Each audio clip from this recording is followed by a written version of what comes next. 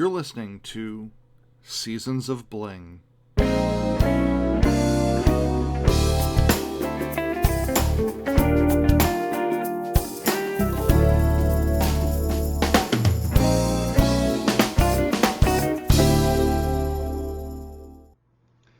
everyone, welcome to another episode of Seasons of Bling. I'm Bill Mason, and I have an e-commerce business, Holidays Lane, and I also sell at in-person craft fairs. And this is a podcast format, so you can sit back, relax, listen. There's no need to, watch the video, but you certainly can if you want to. I am recording this video at the end of August, and that is right before the official start of craft fair season. So whether that be fall festivals or Christmas bazaars and markets, things like that. So if you own a business yourself and you are also getting ready for this season, and maybe you sell your items, but you only accept cash right now, I want to talk about using Square to accept credit cards, kind of the pros and cons, things to think about to see if it's right for you, and then maybe you'll decide that you want to use Square yourself. In this video, I am not going to talk about cash transfer apps like Venmo or Cash App or anything like that. Personally, I don't use them in my business. I don't use them at in-person craft fairs. I think there's a little too much. It's not as smooth of a transaction as I would like. You kind of have to wait to get the validation that the money has actually been transferred, and then there's a lot more issues with possibilities of getting it reversed and things like that. And anyway, I don't use it, so I just stick with Square. The other thing about Square, not only do they process debit and credit card transactions, but they will take Google Pay and Apple Pay. So anytime somebody asks me, oh, do you take Venmo? I'm like, no. I immediately follow that with, I take all credit cards, and I also take Google and Apple Pay. And usually, every case for me, somebody is okay with the Google or Apple Pay. Whether they don't have a wallet, but they have it on their smartphone or on their smartwatch. I've had people pay with their watches, which is interesting. But anyway, I've had no issues with accepting that versus Venmo or Cash App. I haven't lost anybody there. So there's a couple ways that you can use Square in your business, and there's a couple ways that I use it as well. You can use it just standalone, like you don't have to have an e-commerce platform, you don't have to sell online or anything like that. You can just do your markets and accept Square. It's free to sign up, so I say do that anyway. Sign up, get your hardware. I believe they do still send you a free mag swiper with your account. And if it ends up being something that you are interested in, I do have a referral code that will be in the description down here. It's a link, and it's Holidays LN for Lane, and that'll give you some either your choice of either certain processing fee credits or like $20 off of a contactless chip reader. So you can decide which way you want to go when you sign up. So free things are good for you. But basically it's just like any other store. When a store takes a credit card, they are paying a processing fee for that. So the store, like if you buy $50 worth of merchandise and you pay with a credit card, the store's not getting the full $50. The amount that you're going to pay in processing fees is really going to depend on how you take the credit card. So you can swipe it if it has the magnetic strip. I don't really use that one anymore. I have the contactless chip reader. So they either insert the card in and it connects with the chip in the credit card, or they can just tap it. And if they have their phone and they're doing like Google Pay, they just tap the phone onto the pad. Some of the newer phones, I guess. I don't know if it's the phones or if it's Square. I haven't tried it yet personally, but they do offer where it can use your phone to receive the signal from the credit card, so you won't need the extra equipment in order to take the credit card. I haven't turned it on my phone yet. I don't know. Still a little old-fashioned, I guess, in how I accept it. Having them put it in or tap it works for me for now. So any of those ways, because it is less likely that you're going to have fraud on the transaction, it's a little bit lower fee. I think the last time I checked, it was like 2.6% plus 10 cents per transaction. So it's pretty cheap, so it's under 3%. If the card can't be swiped and if the chip isn't working, you can manually type it in.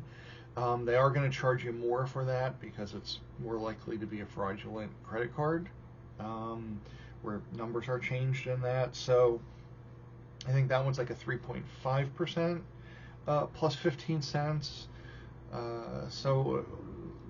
But basically it's going to be less than 3%. So, when you are determining your pricing, that's just something you have to factor into the pricing. Just assume most people are going to be paying with a credit card or want to pay with a credit card, and make sure you're still making enough profit on that item that you're not getting screwed by it.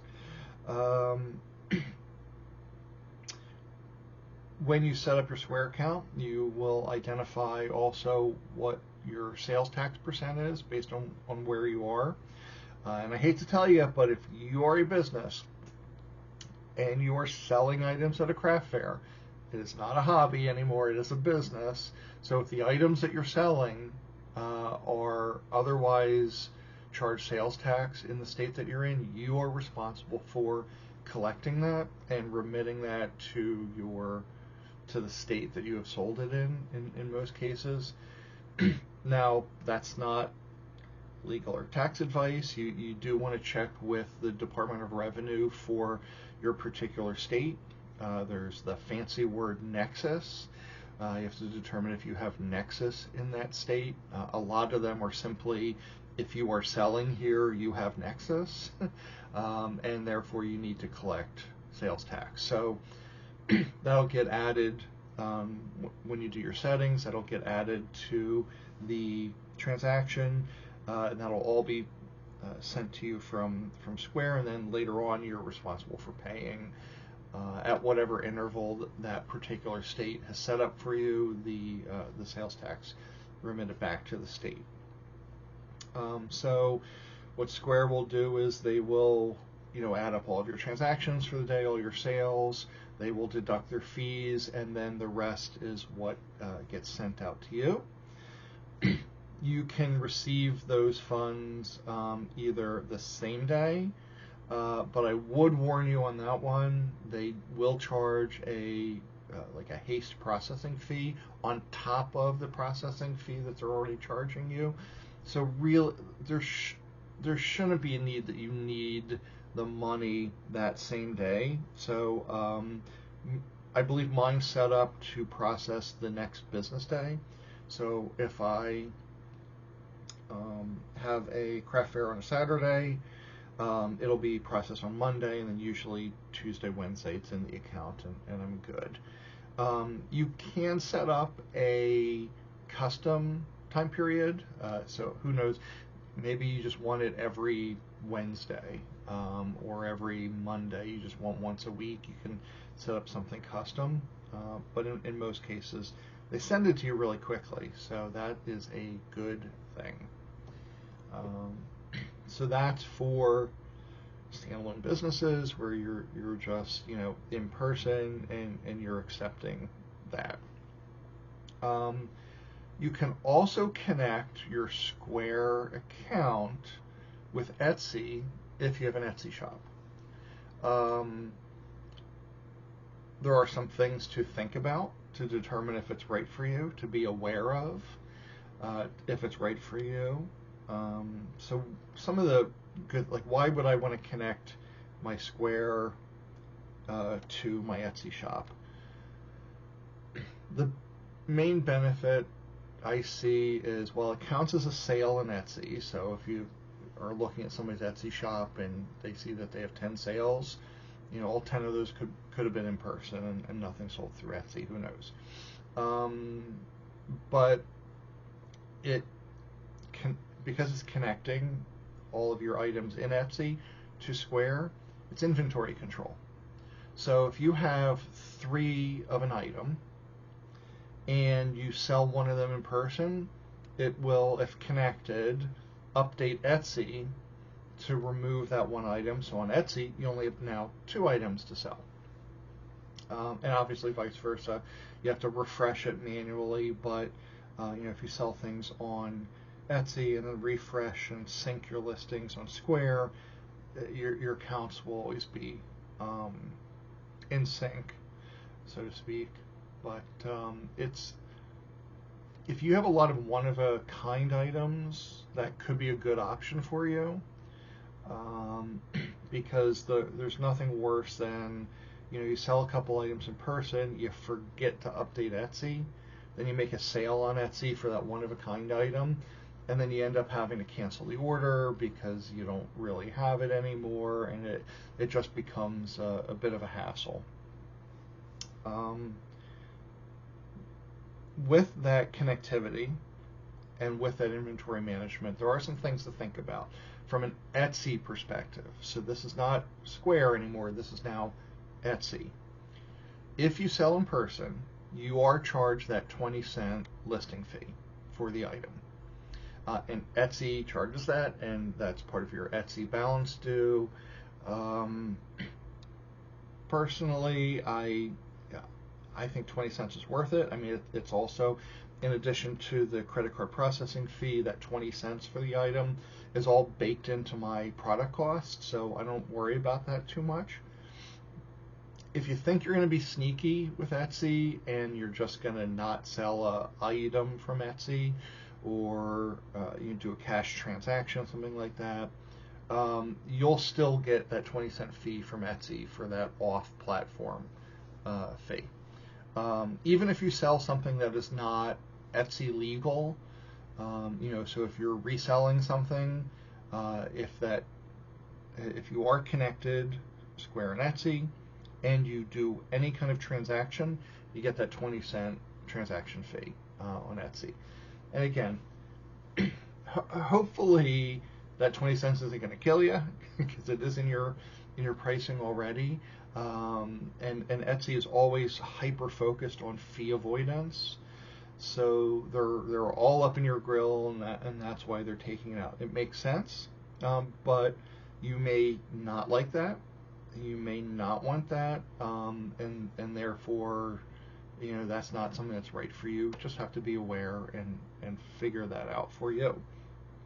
Now, what you can do, if you're not so concerned about managing your inventory real time, you could connect the two together, refresh your inventory on Square, because you get your list of items in Square, and you can literally scroll through it and kind of tap on it to figure out what a person is buying. You can refresh your inventory on Square, and you can disconnect your shop, and then go to your craft fair, your farmer's market, whatever, your Christmas bazaar, and handle all of your sales transactions. And then, because that connectivity isn't there, you're not going to get charged the 20-cent fee. But you'll have to remember to manually go in, and at the end of the day, so keep track of everything that you've sold on paper, and go back into Etsy then, and start updating all of your inventory to reduce everything that has been sold, or pull things off of Etsy altogether if you are sold out of an item. Maybe, if it's a slow day, you could do that, as you go throughout the day. I don't know.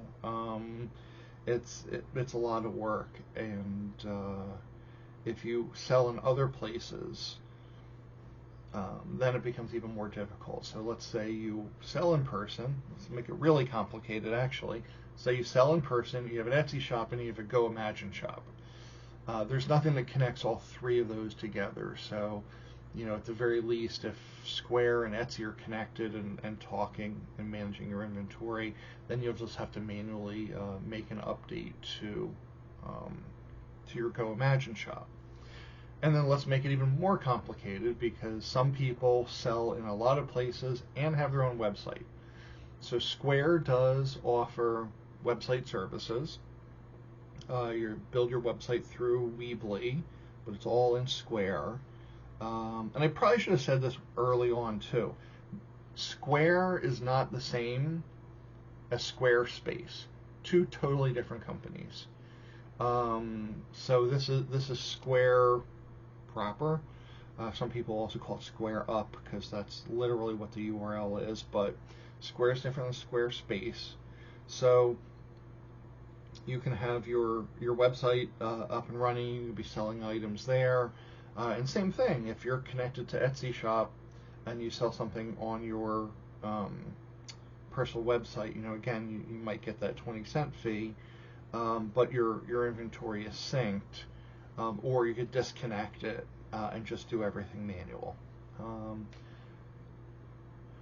So you have to figure out for you what is right, what makes sense, and how you want to run your business. Now, I will say, when things go right, they go right. When they go wrong, they go wrong.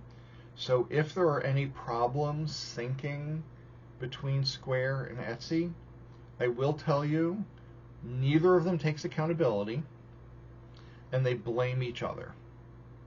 I've had an issue with syncing on my Square and website with Etsy for about a year. I've had multiple tickets. Neither of them go anywhere. I'm able to do enough where somehow I'm still getting items brought into Square for my inventory. It's messing up counts. It's leaving things in Square that I don't have anymore, so it's just a little bit more for me to scroll through. It hadn't been too much of an issue up until very recently. Now I started selling on my Square website, so you can actually purchase at holidayslane.com. So actually, I've now disconnected the two. So if Etsy and Square are listening, you guys are each losing out on money here from me, because that 20-cent to Etsy doesn't happen anymore. And there are things that are on Etsy that are not on my website that Square's not going to get transaction fees for. So, find me and fix it. And that's okay. I mean, it's a little more work for me. And I'm manually managing my Square website, and I'm manually managing my Etsy shop. I'm sort of, I think my last video, I'm sort of reducing the amount of items that are on Etsy and not paying as much attention to it, and shifting a little more to my website and other things like that. So, and GoImagine, I'm kind of shifting a little more to GoImagine, because that's a curated platform, really handmade items, and I think that's what most of my customers are really responding to and appreciate. So we'll go where it makes sense for me. But I think that is everything that I wanted to share with you regarding accepting credit card payments at in-person events using Square. There are other payment processing vendors for credit cards. There's Stripe. Personally, I don't use it, so I don't have any comments on it. I really don't remember initially. It's been years because I've been doing this since I think 2017 or so. As to why I specifically chose Square, I think it was mostly name recognition. They were very easy to sign up for. They gave you a little promotional literature that you can put at your tables for free. That is fantastic. And say, hey, I accept all these credit cards. So I think that's probably why. If you guys use Stripe and you have any comments, feel free to add it to this video. But it's just the one that I use, and for the most part, yeah, there's been some hiccups, but I get my money from them. I really haven't had issues in actually processing transactions. So it's worked overall well for me. Like I said, in the description of this video, there's a link and a code for you to put in if you want to sign up for Square, and then you can get some free processing. I think it's like up to $1,000 of sales within 180 days, something like that. So if you're going into craft fair season, 180 days could take you through the whole season. And that'll save you a chunk of money, which is fantastic. So anyway, thank you all for listening, and I hope you have a wonderful day. And if you are doing that craft fair season, I wish you all the best luck. I hope it's better than last season when people were not spending money. We'll hope for the best. So see you all around, and remember, at Holidays Lane, every day is a holiday. Head on over to holidayslane.com. That's holidays with an S, where every day is a holiday.